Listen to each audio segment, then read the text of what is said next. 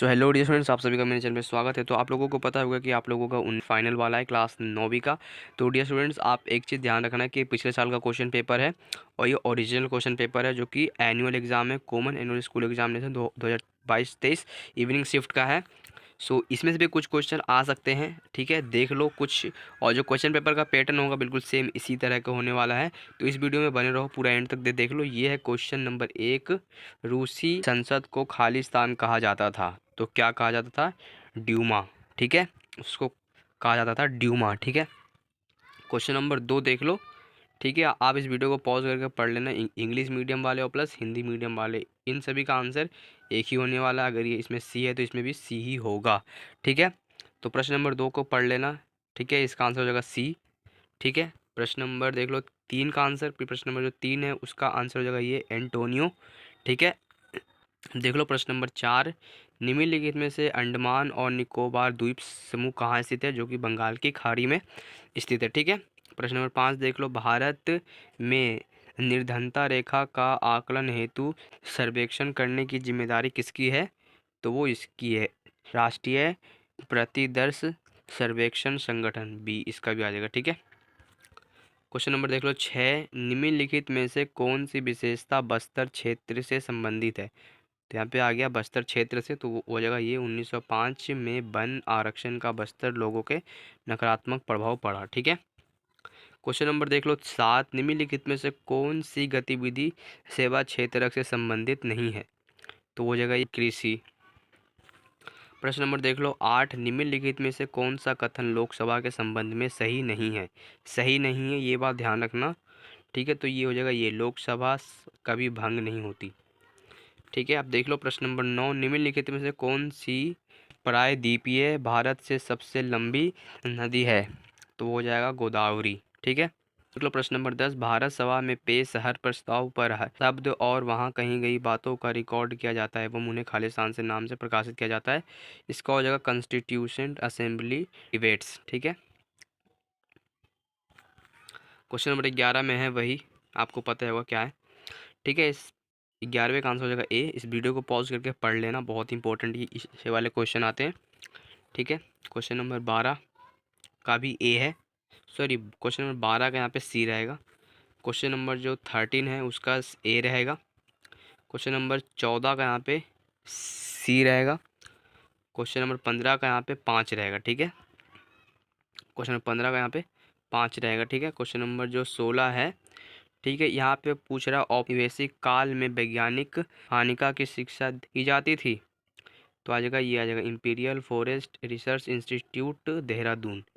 तो इस स्थान पर औपनिवेशिक शासनकाल में शिक्षा दी जाती थी, ठीक है। क्वेश्चन नंबर देख लो 17 का आंसर। तो डियर स्टूडेंट्स, यहाँ पे जो प्रश्न नंबर रहेगा 17 उसका रहेगा answer number D, Indira Gandhi, ठीक है। प्रश्न नंबर 18 पे आप देखो तो यहाँ पे हमें मिलान करना है, ठीक है। तो आइए करते हैं मिलान यहाँ पे। तो यहाँ पे हमें मिलान करना है, तो देख लो यहाँ पे कौन सा मिलान गलत है वही हमें टिक करना है। तो ये गलत है, अब्दुल भारत के राष्ट्रपति थे, सॉरी, ठीक है। अब देख लो प्रश्न नंबर 19। प्रश्न नंबर 19 में हमें आंसर नंबर टिक करना है बी पर, ठीक है। अब देख लो प्रश्न नंबर 20। प्रश्न नंबर 20 है, लोकसभा में अनुसूचित जातियों के लिए कितनी सीटों को आरक्षित किया गया है? तो वो आरक्षित किया गया है 47 सीटें, ठीक है। अब यहाँ से एमसीक्यू वाले मैंने बता दिए, अब यहाँ से लॉन्ग क्वेश्चन आंसर स्टार्ट होते हैं, ठीक है। तो डियर स्टूडेंट्स, ये देख लो, ये पिछले साल का है, वो भी असली पेपर हुआ था ना जो पिछले साल एनुअल एग्जाम का, ये उसका पेपर है, ठीक है। इस पर भी कुछ क्वेश्चन आ सकते हैं। देख लो, प्रथम विश्व युद्ध का रूस पर क्या प्रभाव पड़ा? आइए देखते हैं इसका आंसर। तो डियर स्टूडेंट्स, इसका आंसर यहाँ पे देख सकते हो, इसका आंसर कुछ यहाँ से लेके यहाँ तक आ जाएगा। इस वीडियो को पॉज करके आप आराम से पढ़ लेना, ठीक है। अब देख लो प्रश्न नंबर 22 है ये, ठीक है। प्रश्न नंबर 22 का देखते हैं, आपदा के दौरान खाद्य सुरक्षा किस प्रकार से संबंधित होती है, प्रभावित होती है, ठीक है, ये देखते हैं। तो डियर स्टूडेंट्स, इसका जो आंसर हो जाएगा वो हो जाएगा क्वेश्चन नंबर जो 22 है, इसका आंसर यहाँ से लेके यहाँ तक है। आप इस वीडियो को पॉज करके आराम से पढ़ सकते हैं, ठीक है। अब बात कर लेते हैं ये वाला, भारत में खाद्य सुरक्षा के लिए कोई 2 सुझाव दीजिए। ये हो जाएगा क्वेश्चन नंबर जो अथवा का था, अथवा का आंसर ये हो जाएगा, भारत सरकार द्वारा समय पर गरीब व्यक्तियों को खाद्य सामग्री प्रदान करना, खाद्य खाद्य पदार्थों की बाजार में आपूर्ति करना, खाद्य पदार्थों की कीमतों को संतुलन रखना। ठीक है, अब देख लेते हैं क्वेश्चन नंबर 23। भारतीय संविधान की प्रस्तावना के किन्हीं दो आदर्शों की व्याख्या कीजिए। तो डियर स्टूडेंट्स, ये हो जाएगा क्वेश्चन नंबर 23 का आंसर। ठीक है, एक हो जाएगा समता का और एक हो जाएगा स्वतंत्रता। ठीक है, आप इस वीडियो को पॉज करके पढ़ लेना। अब बात कर लेते हैं क्वेश्चन नंबर 24 का। तो क्वेश्चन नंबर 24 में देख देख सकते हो, निम्नलिखित पर संक्षिप्त में टिप्पणी कीजिए। एक इस पर टिप्पणी करना है, एक इस पर टिप्पणी करना है। ठीक है, तो आइए करते हैं बात इस पे। तो डियर स्टूडेंट्स, ये रहा इसका आंसर, क्वेश्चन नंबर 24 का आंसर। ठीक है, इस वीडियो को पॉज करके पढ़ लेना। एक हो गया प्रसावन का और एक हो गया लिंग अनुपात का। ठीक है, लोगों का क्षेत्र एक से दूसरे क्षेत्र में चले जाने का प्रस्तावना कहते हैं। यह देश के अंदर व देश के बाहर हो सकता है। और ये क्या है, लिंग अनुपात। प्रति 1000 पुरुषों पर महिलाओं की संख्या को लिंग अनुपात कहते हैं। यह समाज में महिलाओं और पुरुषों की संख्यात्मक स्थिति को दिखाता है। ठीक है, अब यहाँ से आपका खंड गैस स्टार्ट हो रहा है। ठीक है, आइए बात कर लेते हैं क्वेश्चन नंबर 25 का। ठीक है, फ्रांसीसी क्रांति के किन्हीं 3 तत्कालिक कारणों की व्याख्या कीजिए। ठीक है, तो डियर स्टूडेंट्स, ये रहा इसका आंसर। ठीक है, पहला हो जाएगा पाव रोटी की कीमतों में तेजी से वृद्धि होना, दार्शनिकों के विचार का प्रसार होना, लुई 16 द्वारा नए करों को लगाए जाने की खबर। ठीक है, क्वेश्चन नंबर 26 देख लीजिए। हरित क्रांति आधुनिक कृषि पद्धतियों का परिणाम है, कथन का विश्लेषण कीजिए। तो यहाँ पे हरित क्रांति का बताना है हमें। तो डियर स्टूडेंट्स, तो देख लो हरित क्रांति वाला। हरित क्रांति के लिए आधुनिक कृषि के तरीकों का सफलतापूर्वक प्राप्त होना अति आवश्यक है। देखो, पहला हो जाएगा अधिक उपज, अनाज का बीज का उपयोग, और फिर उर्वरकों का उपयोग, कीटनाशकों का उपयोग, खेत की जुताई के लिए ट्रैक्टर। पांचवा हो जाएगा फसल काटने के लिए मशीनों का उपयोग। ठीक है, प्रश्न नंबर देख लो, अथवा में था पालमपुर गांव में होने वाली मुख्य गैर कृषियों के विवेचना कीजिए। तो डियर स्टूडेंट्स, देखिए पालमपुर की जो कहानी है वो ये वाला क्वेश्चन उसमें से आया। तो एक हो जाएगा पालमपुर में अनेक परिवार डेयरी क्रिया में लगे हुए हैं। देख लो पॉइंट नंबर 2 यहाँ पे कर सकते हो, 50 से कम व्यक्तियों ये निर्माण क्षेत्र में काफ़ी सरल उत्पादन विधियों की सहायता से उत्पादन क्रिया में लगे हुए हैं। पॉइंट नंबर 3, पॉइंट नंबर 4 आप कर लेना। ठीक है, अब देख लो प्रश्न नंबर 27 का आंसर। ठीक है, पूर्वी घाट और पश्चिमी घाट में हमें अंतर बताना है। तो डियर स्टूडेंट्स, क्वेश्चन नंबर 27 का आंसर आप देख सकते हो, पश्चिमी घाट में अंतर और पूर्वी घाट में अंतर। ठीक है, तो इससे वाला क्वेश्चन आएगा ही आएगा। ठीक है, इस क्वेश्चन को कर लेना याद पूरे अच्छे से। ठीक है, अब देख लेते हैं क्वेश्चन नंबर 28 है, लोकतंत्र के किन्हीं 3 गुणों का वर्णन कीजिए। तो डियर स्टूडेंट्स, ये रहा इसका आंसर। ठीक है, क्वेश्चन नंबर 28 का, लोगों द्वारा सरकार को चुनना, चुनाव को सही समय पर निष्पक्ष रूप से होना, एक व्यक्ति एक वोट एक मोल का होना। ठीक है, तो डियर स्टूडेंट्स, अब हो रहा है स्टार्ट क्वेश्चन नंबर 29। आप प्राकृतिक वनस्पति के संरक्षण में किस प्रकार योगदान दे सकते हैं, वर्णन कीजिए। तो डियर स्टूडेंट्स, इसका आंसर हो जाएगा ये, पेड़ों की कटाई को रोकना, अत्यधिक पशुचारण पर रोक लगाना। ठीक है, इस तरह से ये पॉइंट बनते हैं। तो ठीक है, मैंने यहाँ तक बता दिया। बात कर लेते हैं खंड घ। खंड घ में आपको बहुत सारे क्वेश्चन मिलेंगे जो कि 5-5 नंबर के हैं।